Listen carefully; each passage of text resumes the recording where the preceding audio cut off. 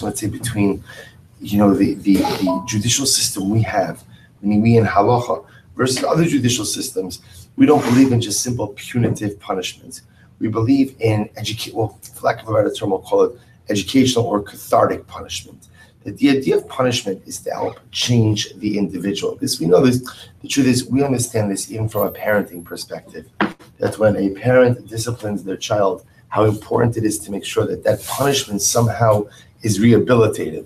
If the punishment is just punitive, the child doesn't grow from that. If the punishment is rehabilitative, the child has the ability to take a message from that. So the idea over here is, same thing with the judge, that the judge ultimately, again, has a responsibility to not just punish when necessary, but to make sure that those punishments somehow help the individual shape their actions and their activities going forward.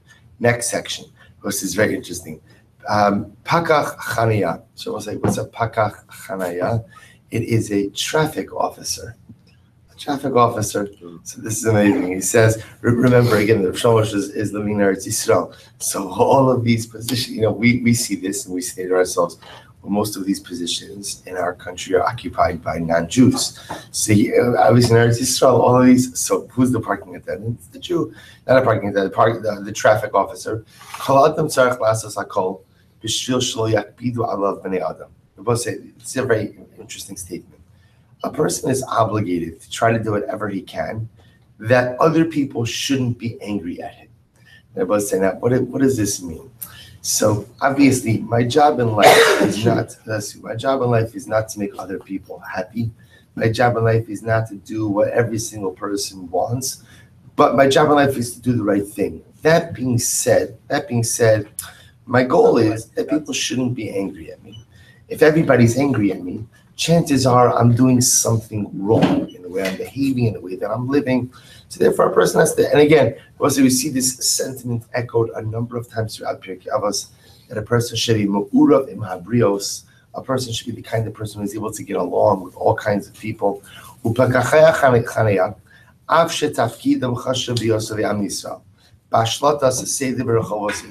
though traffic officers, right, traffic police are exceptionally important, because ultimately, again, they make sure that everybody's safe. They make sure that there are no obstacles to traffic.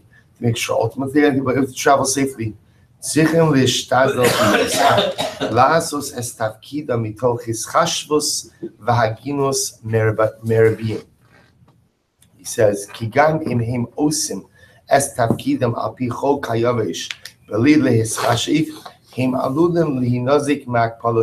we'll say, if we go with this approach, that at the end of the day, a person is supposed to go ahead and try to make sure that other people like him, or other people, I should say differently.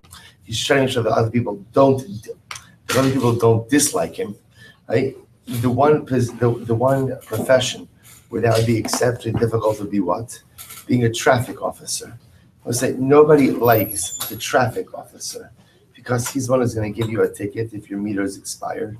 Right? He's the one who's going to give you a ticket, if you run the red light. He's the one who's going to give. Nobody likes him.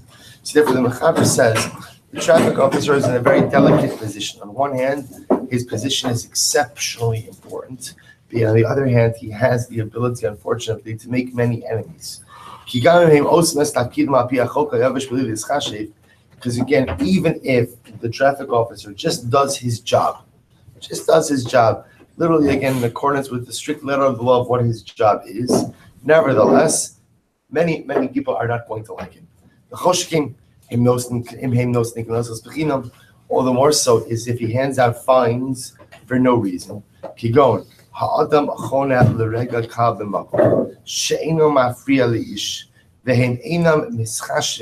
Shu Amad Rak Lerega Kal B'Shul Eiza Siba Chidome.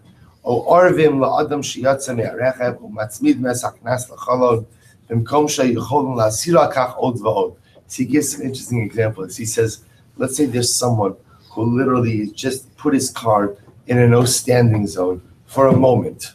It's clear again, he's just going for a moment. Or he left his car just for a moment. So the traffic officer has a choice. Is he technically within his right to give the ticket? Sure, because the individual is in violation. But the question is, does he have to conduct himself that way? Meaning, if there's the ability to give the warning, if there's the ability to go ahead and simply,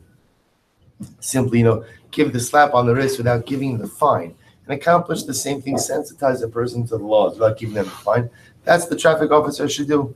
The sikum. So we'll say, again, the theme is the same. I'm not sure exactly why. I think the Mechaber is just trying to kind of go ahead and show us from one extreme to the other. So you have all of these different positions of authority where people could technically go ahead and abuse that authority. Yet, the goal of the Jew is to be able to take those positions, recognize that I'm vested with that authority by the Ribono Shel Olam in an effort to do something meaningful and important. Last paragraph, Kuf Mem Gimel, L'sikum. So we'll say in conclusion or in summary, Ha'adam Chai Be'amunah. Yodesh yesh din v'yesh dayon. B'chol ma'asav yaval b'chashbon. So I'll say a person has to live life knowing that there is a din, there's a dayon, there's justice, and there's a judge. V'al ma'asav yaval b'chashbon. And we'll say everything I do, there's a cheshbon, there's an accounting. B'chol aver shosa. Therefore, every avera that I commit, ye'anish aleha. And we'll say there's a repercussion and there's a punishment. Mitzad sheni yodeh shemi datov meruba. So we'll say, remember again, whatever is true for the Avera is doubly true for the mitzvah, or more than doubly true, 10 times true for the mitzvah. And therefore, again, in the same way that there's divine reciprocity for every Avera that is committed, there's also divine reciprocity in a positive way for every mitzvah that's committed. And I will say, if a person uses their position of authority correctly, they'll be privileged to fulfill their shlichus in this world. We'll say, again, going back to what we said yesterday, when a person has a position of authority, that is something given to them, granted to them by HaKadosh Baruch Hu. Why is HaKadosh Baruch Hu granting that to me? So the truth is, I'm not sure. It could either be to fix something from a past life, or to just give me incredible opportunities to be able to do good for the other in this world. Either way, I'm not there by accident.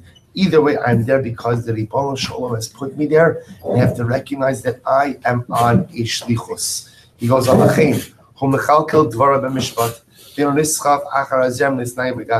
again, the person in the position of authority has to make sure that his actions are just and cannot get carried away with arrogance or with ego, bachzorious cruelty, bezilzul, with deprecating the other, Va'osem ma'asav ve'emuna u'bechesed ashrei lo ba'olam hazeh v'tov lo ba'olam haba. And I will say, a person ultimately again uses his position of authority in the right way, conducts himself, bless you, with chesed and emuna. I will say, and again, one thing we've seen over and over is that sometimes the greatest display of authority is knowing when not to flex your authoritative muscles. Like sometimes the greatest display of power is knowing when you don't have to use it. So a person who uses his position of authority, and I will say again, all of these are just examples. We know every person has some position of authority in life. Some people have it in the workplace, some people have it in the community, some people have it at home. Everyone has authority somewhere.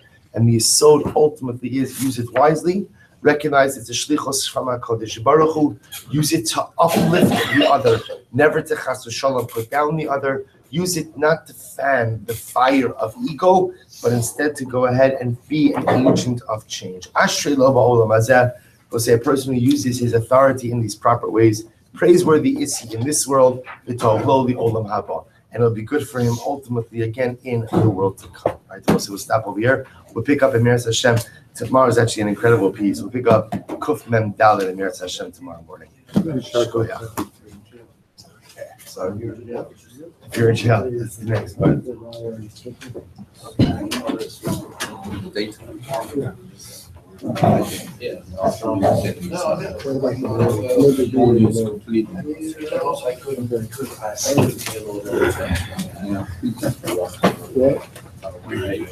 Yeah.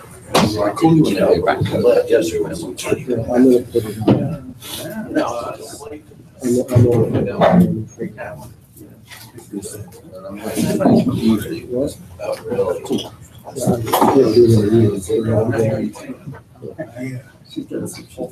They'll be pre-ready.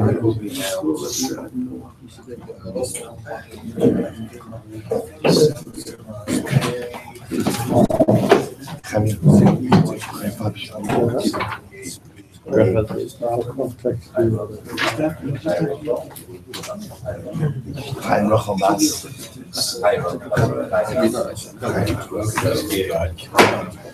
but we gotta get it up.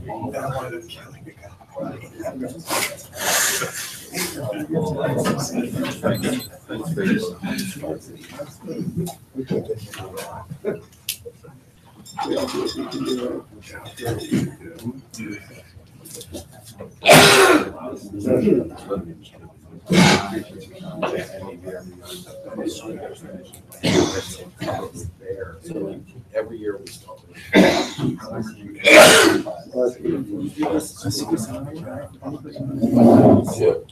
right, Tabosai, good morning.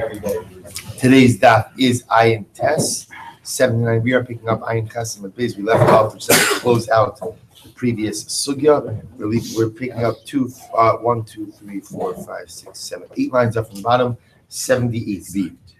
What I shared this morning is dedicated by the Izdi family in memory of Nehemiah's grandmother, Chaya Rachel Basra Chaya Nachman.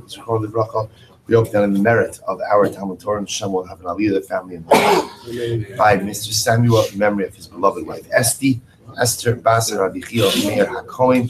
We hope that in the merit of our Talmud Torah and Shem will have an aliyah, and by Adam and Yudit Ben Zev and their entire mishpach. So let's say we begin. Tanya Ida. So let's remember again, we're closing out now the sugya just of, well, let's read it. Tanya Ida, another brayso. Amdur Lamisa. The boss say, if again, I injured Ruvain. Basin assessed that he's going to die as a result of his injuries. Omden oso l'chayim.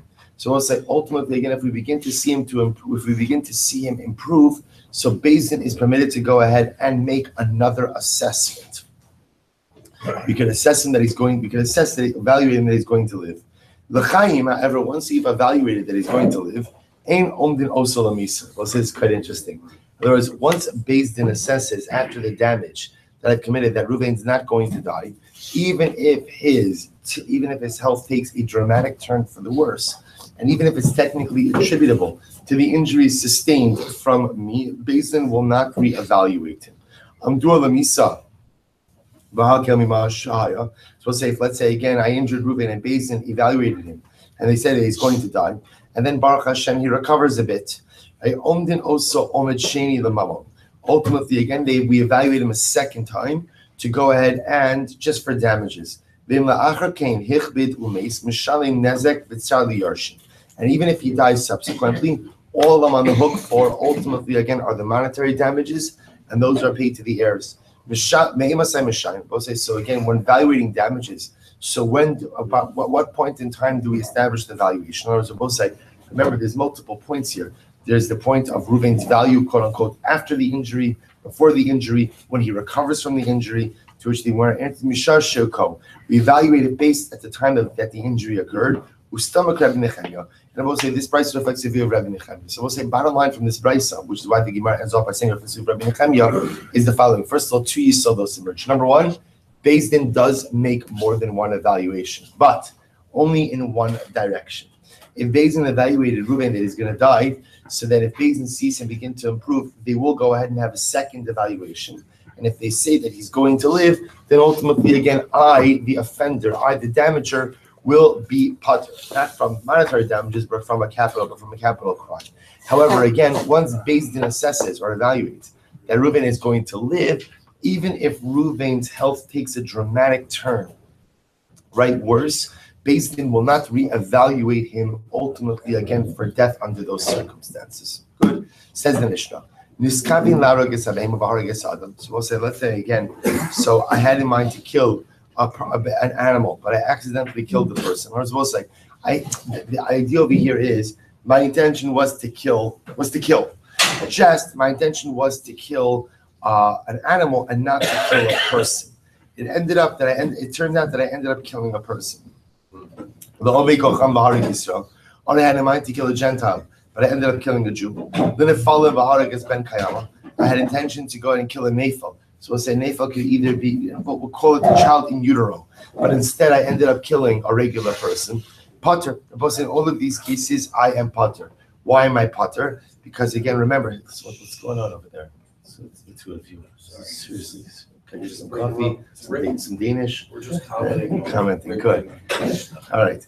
I won't have to change anyone's seat. So the Gemara says the following. So if a harg has been, so we're saying all of these cases pater. So remember again, it's pater over here. Why? Because even though I had intention to kill, but remember again, I didn't end up killing the thing that or the person that I originally had in mind. So the Gemara goes right there. It was another interesting case. I was going to hit Ruvain. Hamasta literally means on the legs. But I was going to hit him somewhere. But the injury I was going to inflict would not have taken his life. So I had in mind to break his arm. So it would have broken his arm, but it wouldn't have taken his life. So what happens? So let's say I was going to punch him in the stomach, but I wasn't going to hurt him in such a way that it could have chas v'shalom ended his life. And I will say, what ended up happening?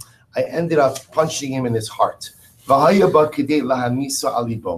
the injury I inflicted on his heart ultimately again killed him. Potter. So I'll say ultimately again I'm Potter. I'll say now the idea over here is, as in this case, I had in mind to injure him in a certain way. And that injury that I was going to inflict upon Ruvain was not a life-threatening injury. It turns out that I injured him in a way that did turn out to be life-threatening, or did take his life-threatening, killed him. So we'll say, so again, in that case, because my kavana was not to kill him, therefore, even though ultimately again I end up killing him, I'm going to be Potter. So we'll say again, if my intention was to literally hit him on the heart, and I will say hit him on the heart is an expression that my intention was to injure him in a way that would have taken his life. Top of Ayin Tas. I will say ultimately again, the injury was enough that it would have killed him. And the way I was going to strike him would have been enough to kill him. But I ended up injuring him on a different part of the body. And I will say, but the injury inflicted on the other part of the body would not have been enough to kill him. And he dies. Potter. I will say, under that circumstance, I am Potter. I will say, take a look at the top Rashi for just a moment. So Rashi says over here, Well,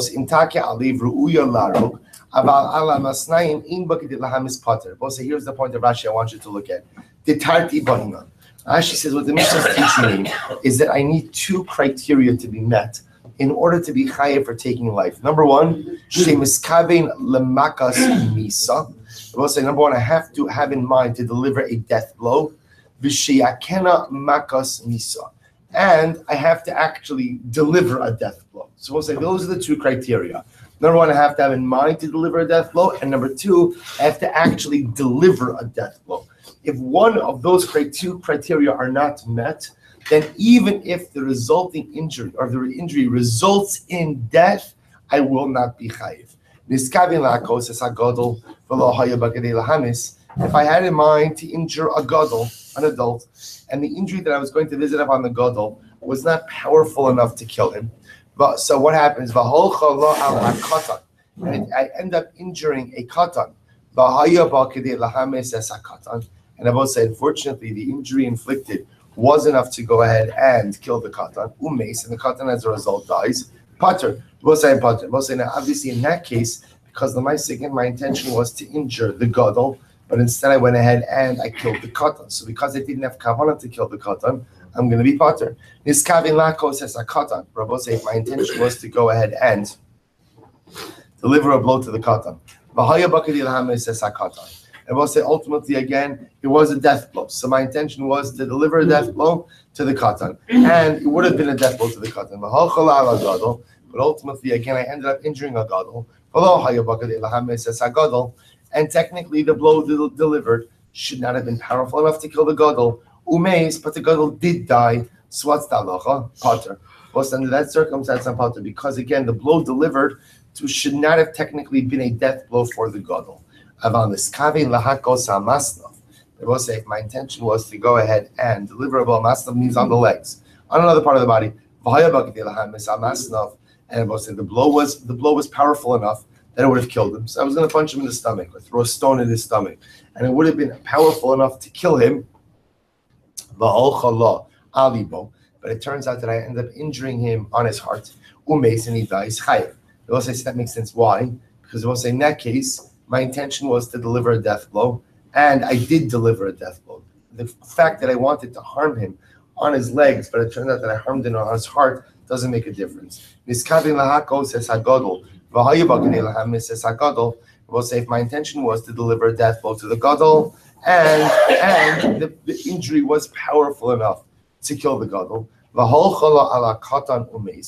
I end up visiting the blow upon the katan and he dies, chayiv. Ultimately, again, I will be chayiv. Reb Shimon Omer Niskavin Larog Gezeh V'Harag Azeh Pater. We'll say, well, we'll see exactly what Reb Shimon is commenting on. But Reb Shimon says, no, even if you had in mind to kill this one, but instead you ended up killing that one, you're pater. So we'll see exactly what Reb Shimon is referring to in just a moment. So we'll say, so bottom line, what comes out over here, according to Rashi, is it sounds like, again, you need three real criteria to be met. Number one is that you have to have kavanah to kill the person you actually ended up killing, as opposed to you had in mind to kill one and you ended up killing another. That's number one. Number two, there has to be intention to deliver a death blow. And number three, that death blow must actually be delivered. Those seem to be the three criteria that must be met in order to be chayiv misa. Says the Gemara, Rabbi Shimon Ahiyah. So we'll say, what is Rabbi Shimon referring to? Rabbi Shimon ends off in the Mishnah by saying, Afilu niskavin larog gezeh v'harag gezeh pater. So what case, what is he commenting on in the Mishnah? If you want to see Rabbi say that it's the last part of the Mishnah, then Rabbi Shimon poter mi boile. So we'll say, if look at Rashi for just a moment. It's the first short line in Rashi. Inema asefa, the kamar tanakama, niskavin lahakos es hagadol, ba'al chala lakatan umeis chayiv. So we'll say, if you want to see it's going on the sefer, what was the sefer case? The sefer case was I had intention to go ahead and kill the gadol. And what happens? I ended up killing the katan. So remember again, the Mishnah. So the Tanakama says, I'm chayiv. Tanakama says, I'm chayiv. Right? Because again, why? Because according to Tanakama, I had in mind to deliver a death blow, and I did deliver a death blow. The fact that I wanted to deliver a death blow to the gadol, and I ended up doing it to the katan, doesn't matter according to Tanakama, it's still going to be chayiv. So if you want to say that Rabbi Shimon says, no, in that case, you're going to be pater. Why? Because you had intention to kill a gadol, but you ended up killing a katan, and you won't be chayiv for that.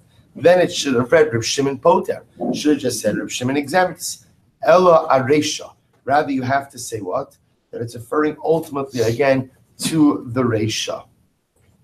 So the Gemara says, what is the resha? Say Ella aresha niskavin la'arages habehima v'harages ha'adam lovit kochavim v'harages Yisrael v'nefalim v'harages ben kayam pater. So we'll say so again. What did the first part of the Mishnah say? I had in mind to go ahead and kill an animal, but I ended up killing a person. A non-Jew, and I ended up killing a Jew. A child in utero, but I ended up killing a regular child, a regular person. In all of these cases are pater according to the Tanakama. And I will say, now what can you infer from here? I will say, now what I would infer from that Reisha is, but if I had in mind to kill Ruvain, and instead I killed Shimon, what should be the halacha? I should be chayiv. I should be chayiv, because let's remember again, in all of those previous cases, I had in mind to kill one type of entity, and I ended up killing another entity. That's where the Tanakhama says I would be pater. But if I had in mind to kill one Jew, but I ended up killing another Jew, then according to the Tanakhama, I would be chayiv. Comes along Reb Shimon and he says, Afilu niskavin larog ezeh v'harag ezeh pater. Therefore, Reb Shimon comes along and says, no, even if my kavanah was to kill this one, but I ended up killing the other one, I would be pater. So we'll say, Reb Shimon is of the opinion that in order to go ahead and be chayiv misa, not only do you have to have in mind to deliver a death blow, and actually deliver a death blow, but you have to deliver to the person you had intended to deliver it to, or to visit it upon. And if you end up going ahead and killing someone else, you will not be chayiv for that. So Pshita, so the Gemara says, it's obvious, Kai Reuben v'Shimon. So we'll say, if Reuben and Shimon are standing in front of me, and I say, Anu l'Reuben kamechavna. So we'll say, let's say again, Reuben and Shimon are standing in front of me. And I say, so we'll say, so what we have over here, by the way, so far, is that it seems to be the Tanakama, according to Tanakama, as long as I had in mind to kill someone, even if it turns out that I killed someone different, if my kavana was to kill, and again, the blow I delivered was a death blow, as long as the person I wanted to kill, as long as the person I end up killing is in the same, so to speak, category as the person I had intended to kill, I will be chayiv. So, for example, according to the Tanna Kama, it sounds like if my intent, okay, let's leave it like that for now. According to Rabbi Shimon, no, you have to actually end up killing the person you had kavanah to kill. If you end up killing someone else, then l'maisa again you will be pater. So I said, well, let's analyze this. Pshita, Kai Reuven, Shimon. Let's imagine the following scenario: Reuven and Shimon are standing right in front of me, and I say, "I know the Reuven kavachavna, the Shimon lo kavachavna." Suppose if I say Reuven and Shimon are standing in front of me, I say, "Hineni muchan u'mezuman to kill Reuven. I only want to kill Reuven. I do not want to kill Shimon." So we'll say, "Hainu plugtayu." So we'll say that seems to be the machlokas between Rabbi Shimon and the Tanna Kama. According to the Tanna Kama, so what happens? I end up killing Shimon. So according to the Tanna Kama, so what should be the halacha? I would be chayiv. According to Rabbi Shimon, I will be pater. Amar lechad minai humai. We'll say, what happens if I say, you know what? I'm killing someone today, right? I'm killing someone today. Reuven and Shimon are in front of me, so I'm going to kill one of them. So again, I don't articulate which one. So inami, or the other possibility is kasavar, Reuven, and Shimon, or both I kill one of them. I thought it was Reuven, but it turns out what? It turns out that it was Shimon. So Rabbi say, what is the halacha under those circumstances? Is the only way to understand intention by a declarative statement? So that's what we're trying to figure out over here. That's exactly what we're trying to figure out. Can there be circumstantial clarity, or does it need declarative statement clarity? We're going to see that. Someone says, Tashma, the Sanya, Rabbi Shimon Omer, Ad Shomer, Laploni, Ani Miskavin. Here it is. What does the Bryce say? According to Rabbi Shimon, will say that literally, again, the murderer has to say, Ad Shomer, Laploni, Ani Miskavin. My kavana is to kill Ploni. And it seems to us, according to this Bryce, that in the absence of such a declarative statement, we would not be able to execute the murder, because they will say we'd have a problem proving that there was actual intention. So the Gemara says, my time to Rabbi Shimon. So we'll say again, so this price will say is pretty wild. So according to Rabbi Shimon, we'll say you could have a situation that appears to be a premeditated murder, but unless, of course, you actually heard the murderer say, "Leploni ani miskave," I have kavanah to go ahead and kill Reuven. That will say without that statement, we would not be able to execute it, which is quite dramatic. Is it only says two people there? I'm sorry? It only says two people there? According to the Bryce, it doesn't cite that at all. According to the Bryce, even you need a declarative statement of kavanah in order to make him chayiv. Again, we're going to define this just a bit more. Take a look at Rashi for just a moment. Ad shomar laploni ani miskavim, v'osa ploni harag. V'chi amar lechad minayu lo yichid oso, v'chi insavar Reuven v'nimtza Shimon lo. So we'll say, so according to Shimon, the idea is any time that there's any type of ambiguity, right?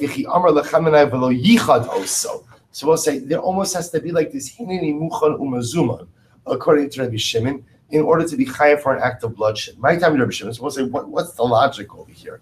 So my time to Rabbi Shimon, Amakra va'arav lo v'kam alav, because we'll say the pasuk says literally va'arav lo v'kam alav means he will ambush him, and he will rise up against him. Ad she'is kavelo.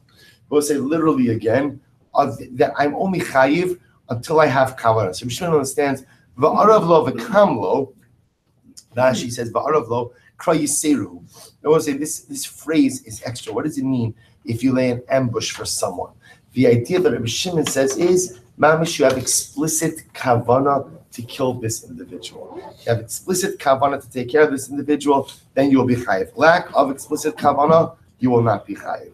So we want to say, so Rabbanan say, they dash in a little bit differently.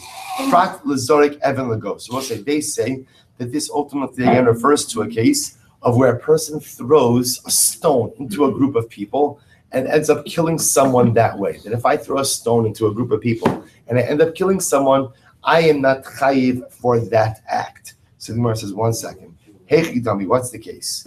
I say, if you want to say that I throw a stone into a group of 9 Gentiles and 1 Jew, and I end up killing the Jew, so of course I'm not going to be chayiv in that case. Why? The Rabbi Kusim, I will say again, because the majority of people in that group are Kusim, are non-Jews. So I won't be chayiv for an act of bloodshed, because that's considered to be a non-premeditated act of bloodshed. So the Gemara says, Inami, palgo safek nefashos lakil. We'll say even if it's half and half, it'll be a case of suffix nefashos. So in other words, again, when I throw a stone into a group of people, I don't know who it's going to hit. So therefore, again, at most, it's a suffix, and I can't be executed for a suffix. So the novelty is, even if there are nine Jews, but one Gentile within their midst, the Havile Kusi Kavua. We've seen this principle many times. The Kusi is considered to be embedded in the group. And anytime you have something embedded in a group, V'chol Kavua, Kamechza al Mechza Dami. So whenever there is something embedded in a group, that makes it like a Mechza Mechza, that makes it like a 50-50 type of situation. So therefore, I will say again, so according to the Rabbanan, V'arav lo v'kam alav teaches me that if I throw a stone into a group of Jews and non-Jews together, and even if the stone ends up killing a Jew, I will not be chayiv, because it will say that does not constitute a premeditated act of bloodshed. So the Gemara goes weiter. So Bishlam Rabbanan Dominis Kavin Arog Zeh V'Hareg Zeh Chayiv. So it's according to the Rabbanan who hold that if I had in mind to kill Reuven, but I end up killing Shimon, I'm still chayiv. Because remember again, according to the Rabbanan, what is it that makes me chayiv? What is it that makes me liable to execution? According to the Rabbanan, intent to murder. If there's intent to murder, even if it turns out that's what? The person who I murdered is not the person I had in mind to murder, but it's clear that I had an intention to murder, I will be chayiv for that. So I'll say, so according to Rabbanan, who say this chayiv, tichsev v'chiyinatzu anashim v'nagfu ishahara. As I said, the pasuk says that if two men will go out, and I'm sorry. According to Rabbanan, who say that even if you had intention to kill Reuven, but you killed Shimon, you're still going to be chayiv because you had intention to kill. So I'll say the following pasuk makes a lot of sense. Tichsev v'chiyinatzu anashim v'nagfu ishahara. So also remember again, the pasuk talks about two men are fighting, and one of them ends up pushing a pregnant woman, and she ends up miscarrying. So we'll say, so what's the halacha? V'amar Elazar, b'mitzvos shevamis, b'matzos shevamis hakos medaber. The fight that the Torah is talking about over here between Reuben and Shimon, is a fight where Reuben and Shimon are trying to kill each other. D'chsev im ason yihiyah v'nasata nefesh tachas nefesh. Because the pasuk says that if chas v'shalom ason, chas v'shalom there's a loss of life, you will go ahead and give one life for another. Elul Shimon. So what the Gemara is saying over here is the following: that lemaisa or over here is like this. Let's say Reuven and Shimon are fighting, right? They're fighting. Now, what kind of fight are they having? They're going ahead and they're literally trying to kill each other. There's a pregnant woman. So there are two possible scenarios. Scenario number one is they injure the pregnant woman, she miscarries. That becomes a case of damages. Let's say they end up killing her. So we'll say the way the Rabbana understand the pasuk is what? Is that then the one who killed will be chayiv misa. Now we'll say, now why is that interesting? Because one thing is clear, which is what? Reuven and Shimon weren't trying to kill her, they were trying to kill each other. Yet according to what the Rabbana understand is that doesn't matter. According to the Rabbana, so we'll say understanding of things is once you have intention to kill, by definition, that makes you chayiv misa. Even if it turns out you kill a different person than you had in mind to kill. Elvin of Shimon, what does Reb Shimon? Now remember, Reb Shimon is of the opinion that you only chayiv if what? If you end up killing the person whom you had intention to kill, kavana to kill. But even if you had an intention for active bloodshed, but you end up killing someone else, you're not going to be chayiv according to Reb Shimon. So what does he do with this phrase? Then asata nefesh tachas nefesh, my avulei, to which the Gemara says, mamo. I will say he understands that this refers to money. Ukud Rebbe. Kidisanya Rebbe Omer, Benasata Nefesh, Tachas Nefesh, because also the pasuk says, you shall give one life under another life. Mamon Ata Omer. So we'll say ultimately again, Nefesh, Tachas Nefesh, according to Rishon, we'll say in this context, does not mean a life, but rather again, what does it mean? It ultimately means money.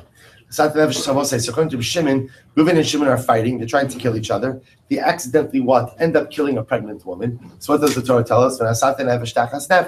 Literally, you give one life for another. But Shimon understands it's not one life for another. What does it mean? Monetary compensation.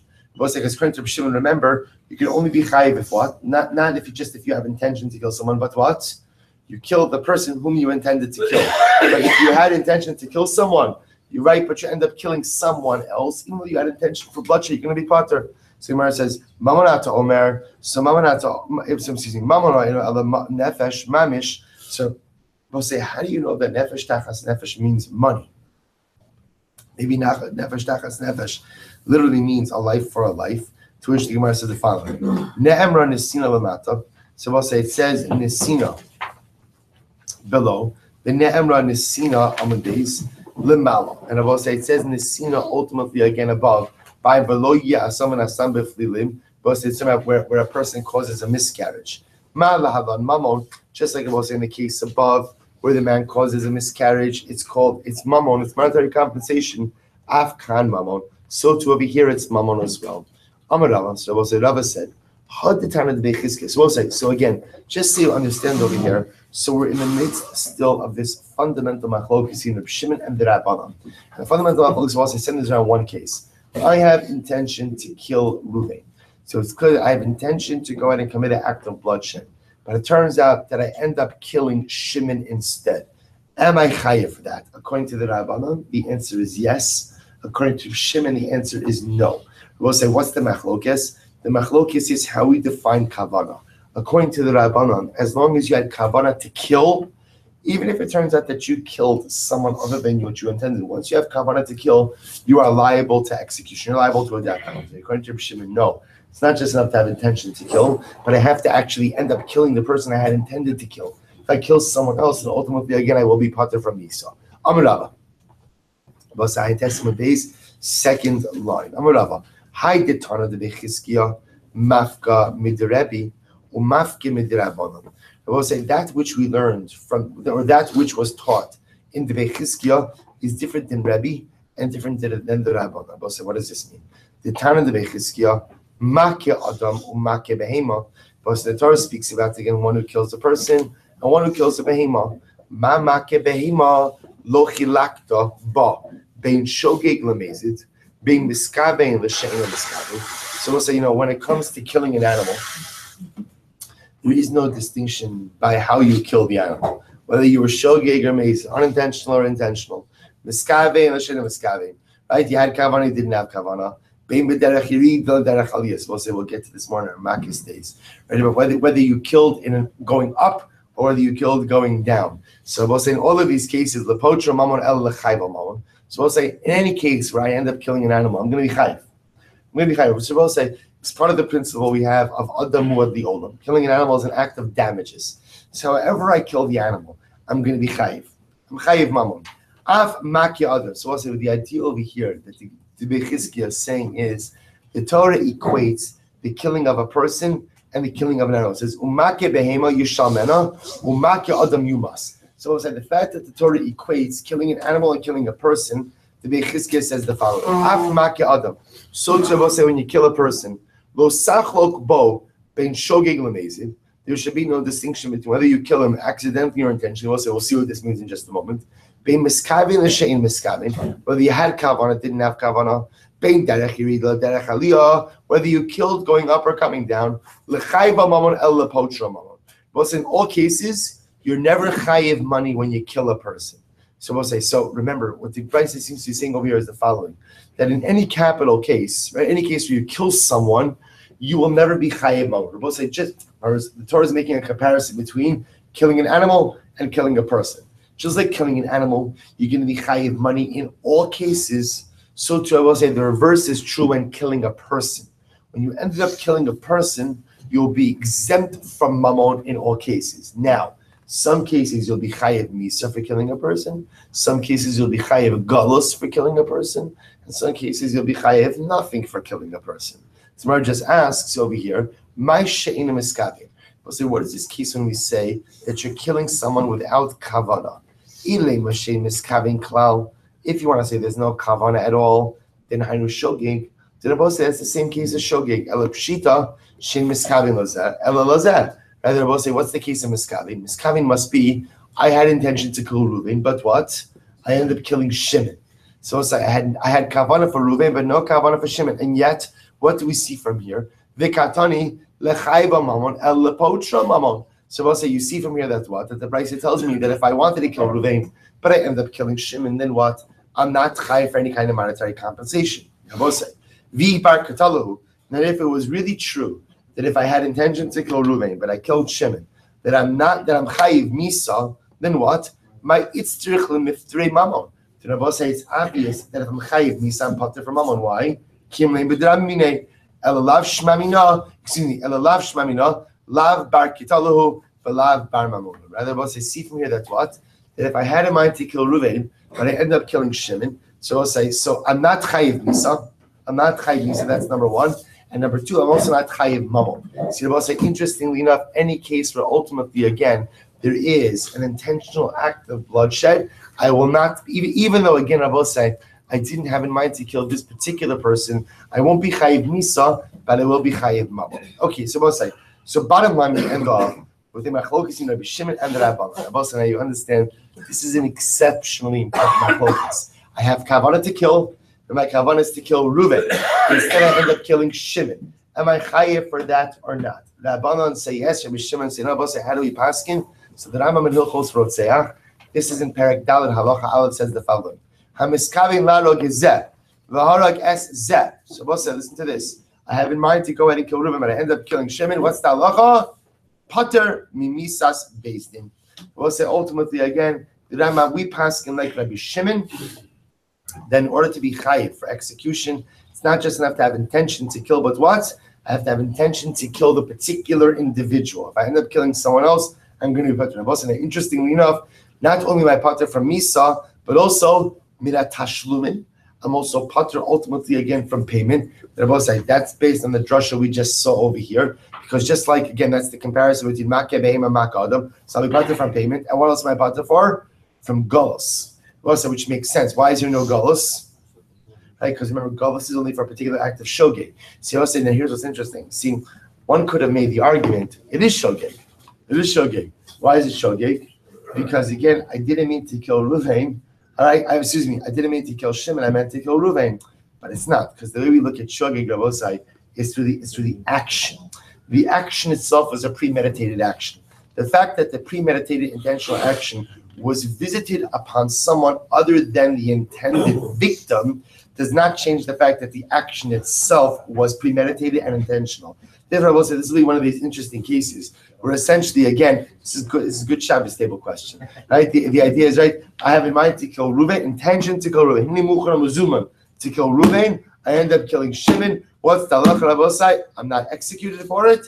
There's no financial penalty for it, and there's no mammon for it. I will say, obviously, I'm sorry? You're a hero. Right, I mean, obviously, the Ribbon Shalom will catch up with me with things like this, but I will say, again, this is an interesting case where a person technically just falls outside of the reach of the legal system. Meaning there is no, now I will say, again, to be clear, I would assume on a practical level, Beis Din would do something with someone like this. We've already established many times that Beis Din has the right to impose any kind of punishment it wants. Beis Din could also kill someone if they feel that they're a threat to society, even if a person is not technically chayiv misim d'oraisa. So I don't know on an etziastic level what Beis Din would do with someone like this, but the Pashas, the long arm of the law, has the right to deal with someone who is clearly a threat, clearly a murderer, just as plans didn't exactly pan out.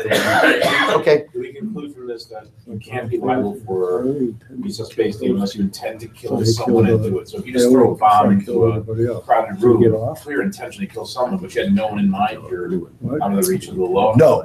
If your intention was mass casualties, right? Again, meaning, I don't have to say if my intention is to kill a group of people, right? My intention is to, then again, I would be chayiv misa for that as well. These are talking about specific cases where my intention is specifically for one. If I have intention for this group to kill Yerachinami, I would be chayiv for that. Says the Mishnah. So let's go weiter. So if a murderer goes ahead, we'll say it's actually an interesting case. We'll have to define the scope of it in the Mishnah. So we'll say this is a murderer who is mixed in with other people. Sakul and Petra. So we'll say in this case, somebody is liable to death. Somebody's liable to death. Well, again, we'll define the parameters of this case. He gets mixed in with a group of people and we can't identify him. So what's the halacha? The entire group is pater. They're both saying that we will define exactly what this means. Rabbi Yehuda says, Konsin osan l'kipa. We put the entire group, Rabbi say, into an enclosure. We put the entire group. Now, what does that mean? Rashi says, "Konsin also the kippah, v'sham ma'achilin osans or we feed them barley, ad tibaka kreis until their stomachs explode." So we'll say we will discuss what exactly is happening in this Mishnah. So we'll say, right there, kol chayvim misoshenes abuzevaz. We'll say, if you have people who were liable to death, they were sentenced to death, but they were mixed in with other people. Now, this we're going to see a case is a group of criminals, all who were sentenced to death, but different types of death penalties, to the point that we don't know who is who, and they're not volunteering this information either. So we'll say, so what happens? Nidonin bekala. We'll say, so therefore, again, when we kill them, one thing we know is what? All the people here in this group are liable to death. We just don't know which misas based in. So we'll say, so what do? We give them the most kal of punishments. And eskalim b'srova, listen to this. Let's say an eskalim b'srova. Let's say you have people. So in some individuals over here are chayiv skila, some are chayiv sreifa, but we don't know who is who. Shimon Omer nidonim b'skila. Shimon says we just give them all skila. Shas sreifa chamura, because sreifa both is considered to be a more chamor form of punishment. The chum say nidonim b'sreifa. Chum say no, we give them all sreifa. Why? Shas skila chamura. Because we'll say ultimately again, skila is more chamor. Amar Rabbi Shimon. Rabbi Shimon says, "Ilu lo haisa sreifa chamura." Rabbi Shimon says, how do I know that sreifa is more chamor than skila? Because lo nitna lebas kohen shezinsa. Because also remember again, the Torah singles out a specific punishment for a married daughter of a kohen who goes in and commits adultery. What's her specific punishment? Sreifa. The fact that she gets her own specific punishment also indicates to us what? That lamaisa sreifa is more chamer than skila. So the Gemara says, he said, Amru lo, they say back to Rabbi Shimon, Ilu lo haisa skila chamer. It's not true if skila wasn't more chamer. Lo nitna le megadif lo ovadas chamer. Say who is given skila? One who goes in and curses HaKadosh Baruch Hu, and one who worships idolatry. The fact that these individuals are punished by skila indicates to us what? That this is a more chamer punishment. Haneharagim v'nechnakim. We'll say, let's say again, there are people who are subject to the death penalty of hereg, which means death by sword, decapitation. V'nechnakim, where people are going to be killed by strangulation. So again, we don't know who is who. So remember, the principle is when you have multiple people who are all subject to death penalties, who are mixed in with each other, and we don't know who gets which death penalty, and no one's volunteering that information, so we give them the most lenient death penalty. The Machlokes says which is more lenient. Shimon says death by a sword, hereg, is considered to be more lenient. The Chum say no, chenek, strangulation is more lenient. Okay, so both say, so now we're going to go back. Says the Gemara. Man achir. So we'll say, let's go back to the first case of Mishnah. First case of Mishnah was Rotseach shnis'arei b'acher. A murderer is mixed in with other people. So we'll say, what's the case over here? Says the Gemara, Ilei ma'acherim ksherim pshita. So we'll say, if you want to say, that we'll call Reuven's a murderer, but Reuven gets mixed in with a group of regular, we'll call them tzaddikim, regular people. Now, we don't know which one is Reuven. All we know is that what?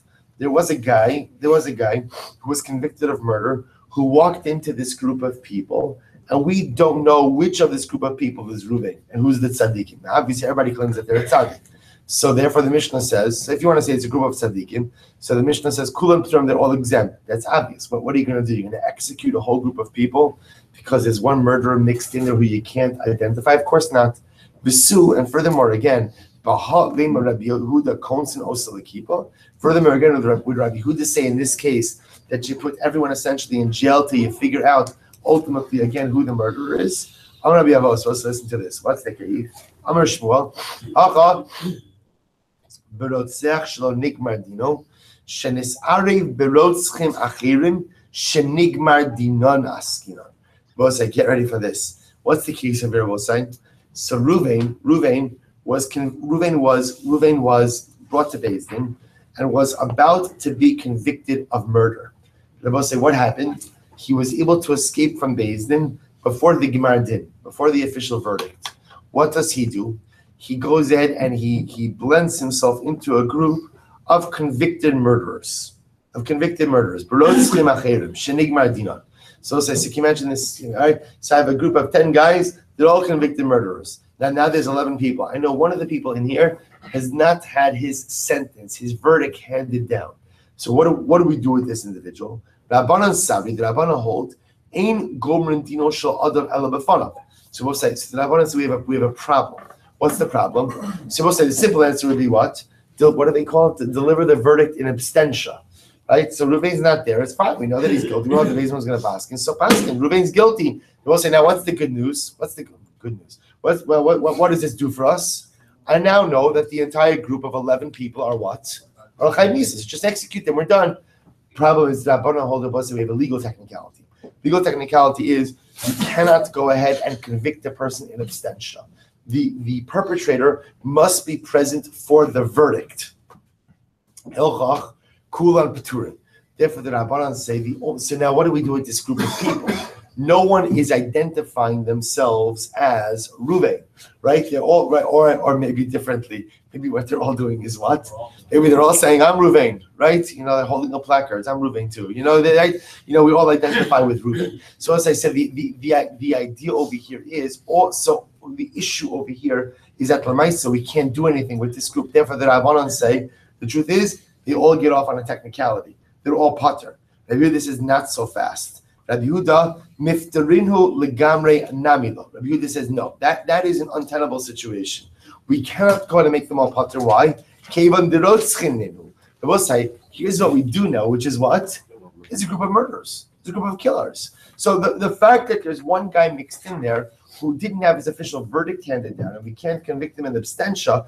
So there's a legal issue over here. But how can you just let 11 people who you know are murderers go free? Rather, what does it do to say you do? Ella konsin oso lekipa. So we'll say we go ahead and what? Now we'll say konsin oso lekipa. Now we can begin to understand what Rashi says. What you do is we'll say you put them into an enclosure. Now we'll say we will discuss this later on. We're going to see this in 2 days from now. What they would do is we'll say they feed them barley. Now we'll say now essentially again. So apparently, I guess if you eat the barley all the time, what ends up happening is the stomach swells, and people end up dying as a result of this. So essentially, what Rabbi Yehuda says is the following: if we can't kill you in an official legal way, what we will do is what? We'll kill you in a slower, non-judicial fashion. Because Rabbi Yehuda feels really comfortable doing this. Why? Because they'll say they're all murderers. Obviously, we have an issue now. So we'd like to be able to execute you through hereg or through skila, whatever. We can't do that now because there's someone in this group, ultimately, again, who is what? Who is a murderer, who is not an official Gemara din. I'm sorry? There's no scaring. We're going to kill them. Rabbi Yehuda just says we're going to kill you in a slower fashion. We can't kill you through a regular Misa's Beis Din, so we're just going to kill you a slow death. But essentially, again, we incarcerate all of them, give them a strict diet of barley and water. And one thing is clear, which is what? They will die. So again, on both sides. So it's amazing. So Rabbanan say they go free because of legal technicality. Rabbi Yehuda says no. We put them in the enclosure and ultimately kill them. As a result of eating barley for a prolonged period of time. I will say we'll stop over here for today. We'll pick up a minute from now. Again, we're going to see a number of different interpretations of the Machlokes Rabbi Shimon or the Rabbanan and Rabbi Yehuda. That was just the first.